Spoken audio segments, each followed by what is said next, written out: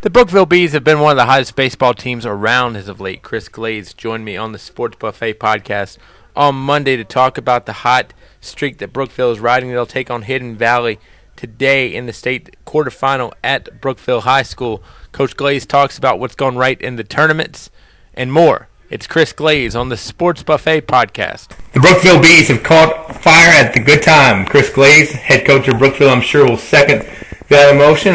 He joins me here on the Sports Buffet podcast. And, Coach, like I said, you guys have had a real weird regional tournament. You get through it. You get to host the state quarterfinal.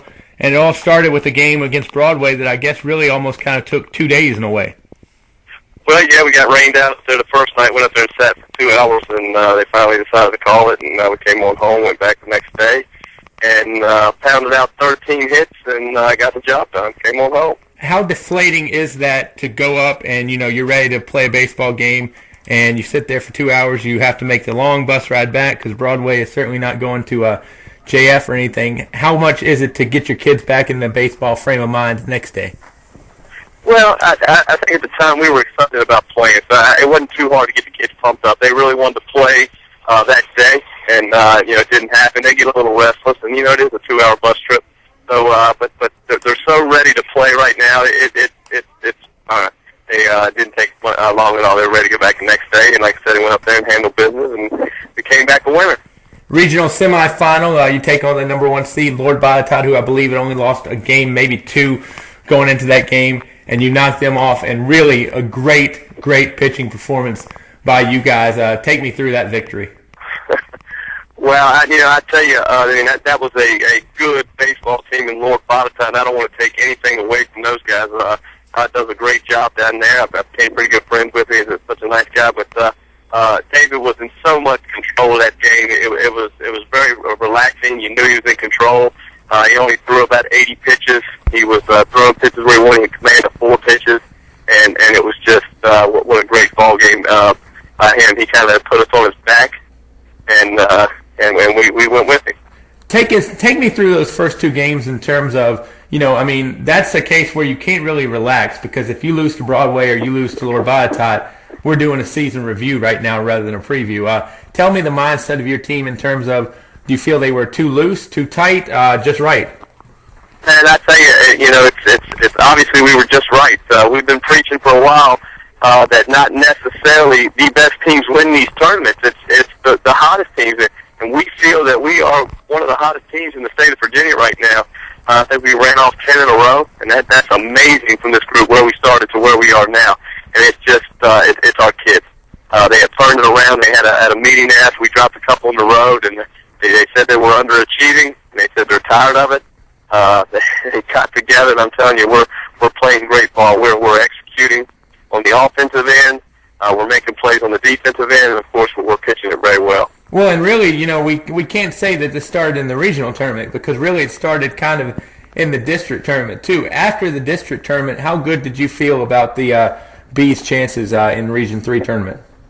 Well, winning's contagious, and that is evident of us. Sometimes me and Coach Joe scratch our heads and say, how in the world is this happening?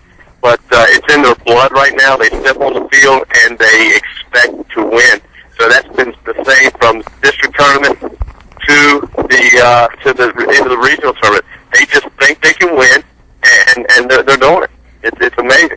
I think you hit on something right there, which can be a fine line of expecting to win because you don't want to cross the line from confidence to cockiness. Talk about that line and how you feel your team is on the confident side of the line, not the cocky side of the line. Yeah, I don't think we're good enough to be cocky, I can tell you that, and I think the kids know that.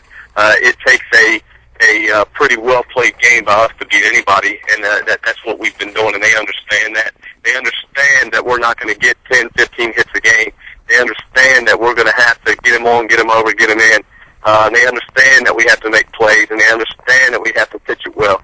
So we're not cocky, definitely not cocky. I don't think we're good enough to be cocky, and the kids realize that. But they're very confident. Okay, they're very confident, and once you roll off 10 in a row, it's like I said, it gets in their blood, and they expect to win. Not following you guys game by game in terms of being there every game, it might be not as this might not sound educated for me, but if I were you, I would have probably been worried about the Jefferson Forest game from the fact of I'm sure they remembered the last game you guys played prior to this one more than you did. Talk about your feelings going into that Jefferson Forest game and kind of recap that game for me.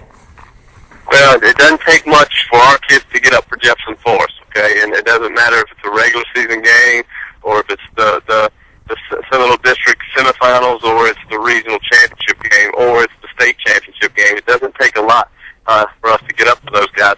That is a very, very talented baseball team. And, again, we pitched it well. I started with Evan Mitchell on the mound. He pitched it well. He holds that good hitting team to just 2 runs. Again, we executed. We got timely hits. It was just a great game on our part. Now, Jefferson Forest played well too, but like I said, it's always a challenging matchup when we play Jefferson Forest, and we're fortunate to get out of there with a win. If I'm not mistaken, Evan threw quite the number of pitches in that game too. Talk about his pitch count, and was there ever any concern? Oh, it's always concern with us. It's like it's an agonizing thing for me being a new coach and to step into that situation. Especially back in my day when Leftwich Phil left California Angels pitched for us all those innings for us to win a state championship. It's not like that anymore. But the thing that we agonized over is who we bring in next. Of course, we kept bringing in Blanks next, but Blanks hadn't thrown in a while, and Evan was throwing so well. Still had pop, still had a sharp breaking slider, so he still had some things left. But, yeah, I don't think any time is it okay for a kid to throw that many pitches. But, you got an obligation to those guys on the field and in our dugout, that are expecting that win. Like somebody told me, it'd probably take a bulldog to get Evan off the mound in that situation, but sometimes we have to protect those kids from themselves. And, I didn't like it. It's not something that I do all the time and I wanted to do, but, he pitched about 24 innings all year. He's a swimmer on the swim team. He runs every day. He takes care of himself. So we feel that healthy enough that he could do that and he can carry that load. What was the exact number again? Like 130, 135, something like that? It was a 143, I believe, 145. I think the paper had 150, but it was actually about 143. So I still too many pitches, but we rolled with it. And no, I was going to say one thing is though too, in my opinion, and you correct me if I'm wrong, but the way a certain kid is going to throw 143 pitches to one arm could be different from the other arm in terms of what that kid throws more so and more often too. So I mean, can you really say that? And I do agree, 143 pitches is a lot, but I mean, I think you can ride somebody for 110 to where maybe another kid would only have about 85 or 90, right? Yes, absolutely. The thing that went into our decision, Coach Yost, and my decision was, we call Evan has a rubber arm, but he takes care of his arm. Okay, so after so many pitches, the next day he's running, he's long tossing, he's rehabbing, he's doing what it takes to get his arm back. We knew, hopefully, fingers crossed, he doesn't have to pitch again the rest of the year for us because our pitching is set up for the state tournament. So that was we took that into consideration. But yes, we would have never put somebody else that's not our pitcher in that situation. Somebody that doesn't take care of themselves as much as Evan does. Do you think the way that last season ended has kind of motivated your team to where everybody wants to go and so forth? If you get what I'm saying. No, not really. I don't think that because we have a bunch of kids. We have one kid comes back from that was a starter last year for us, and Goulding, through Travis Burnett. So we're a brand new team. I think this team has its own identity. Talent-wise, we didn't hit the baseball like that team did last year, but we've developed kind of our own identity and how we play, and it's just about this group right here. We're a lot different than last year's group, and we hadn't even spoke of last year's team. Really hadn't even spoke about it. We talk about being the hottest team in Virginia right now. Another guy that I think he kind of brings a unique element to you is Gunnar Saunders, in the fact of he has a dad that coaches on a high level with Kevin Saunders at Gretna with the football team. How easy or how difficult is it to coach a kid whose dad has, coached him in big games and so on and so forth as well? Well, you can tell he's a coach's son because he is a gritty kid. Our season, if you look at it, has turned around when we moved Gunner to the leadoff spot. Gunner has been hit by a pitch, I think, 15 times this year. He'll get down in the count. He'll get hit by a pitch. He just finds a way on base. His on base percentage is right around 500. And if you look back, you can tell our season changed when we decided to put him in the leadoff off position. And I always tell him, you go, we go. And you got to get on base for us to be successful. And he does anything he can to get on base. And he's been doing a great job of it. But you can tell he's coached a little bit at home, and his dad's a gritty guy, and his dad's played on the big stage many times, and Gunner's just unfazed by it. And he's doing a tremendous job for us this year. Before I touch on Hidden Valley real quick, do you want it to be Brookville against the world at this point? That nobody believes in us other than, the 14, 15, 16 guys in uniform? Yeah, I think that's a great thing for us. We want the Brookville community and us to be the only ones that believe. And believe me, we do believe right now. We're playing great ball. We got a great fan base right now. Everybody is on the same page. It's about the community. It's about this baseball team, and it couldn't be more excited. Tell me about Hidden Valley. Well, I don't know a whole lot. we got a scout report today.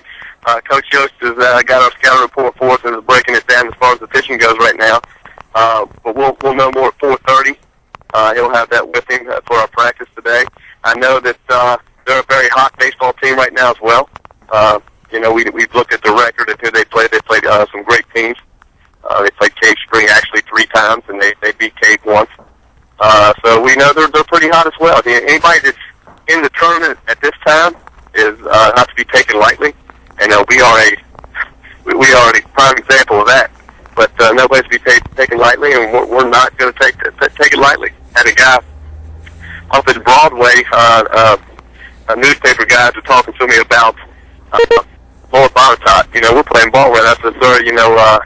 We're thinking about Broadway right now and nobody else. And might sound like an old cliche, but it's one game at a time. But it's one game at a time to hear the rest of the way out. Well, and too, you help out obviously with Coach Jester on the basketball squad. Is that baseball scouting report as important as a basketball scouting report? Say, if you get where I'm going. Well, they're both different sports. You can break down film in basketball. We don't film as much in baseball, but right. Yes, we need to know how to pitch these guys. If you go into a game blind and you don't know who their hottest hitter is, most time we're going to be, the number 3 or 4 guy or whatever. You need to know who runs well. You need to know if they bunt. A scouting report is huge to us right now. You need to know how to throw kids. You need to know where to throw it and how to throw it. And do they hit breaking balls well? Do they hit fastballs? What do they do well? So yes, this scouting report is very important, and it's just as important as I would say football or basketball. Well, I hope you got to worry about another scouting report on Friday in Calfee Park in Pulaski, Coach. Best of luck against Hidden Valley, and we'll talk to you down the line. Thank you.